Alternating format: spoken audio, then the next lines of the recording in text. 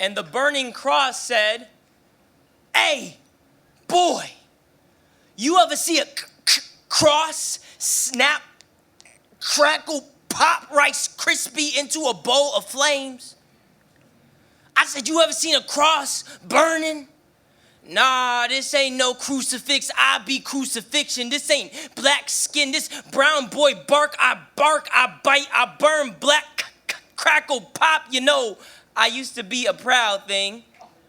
When I was constructed, I thought they were going to put me up in some church like my mama and my daddy. You know, my pops was a pine and my mama was a redwood, and they crossed paths at Mount Joy Baptist Church in Birmingham, Alabama. And they used to tell me that my great-great-great-great-granddaddy was an old rugged cross who lived on Calvary. And there was this guy named Jesus that was killed on him. And ever since then, people have been looking to my folks as a sign of salvation, which brings us here to the front yard of Reverend Robert Hughes, Birmingham, Alabama, July 1959. You know, I didn't want to be burned like this.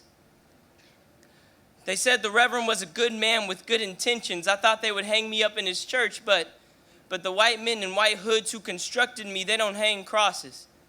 They hang the bodies of poor colored folks on my cousin trees who wish their limbs wasn't so strong, wish their limbs would just snap under the weight of unwanted passengers. Instead, they be crooked caskets carrying them closer to God. We don't call my cousin trees killers, no. We call them cursed couriers, forced to bear the burden of strange fruit, forced to beckon unwanted burials. You know, sometimes I think it's better to be burned.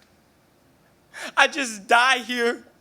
Slowly, I strike fear into all who see. I be the ultimate contradiction, a raisin in the sun, a dream deferred, a sign of salvation, yet a symbol that it will never come. The brightest light in the darkest circumstances, a burning cross. Be black boy watching white supremacists burn his body, his whole being to the ground. You know, the harder we fight for freedom, the more of my sibling crosses they burn in the front yards of well-meaning individuals and desegregated schools. What will come of me when the fire has had its fill? Some of me will become ash. I will seep into the soil as my family mourns over my charred remains still. Some of me is smoke. I will cling to everyone who ever knew me, hoping that you don't forget me, and still. Some of me will become heat. And like heat, I will rise. I will rise like that man they said they killed on my great-great-great-great-granddaddy. You know, they say after 3 days he rose from the dead, and like him, like heat, I will rise, and I just hope you don't forget me. I just hope you all tell my story.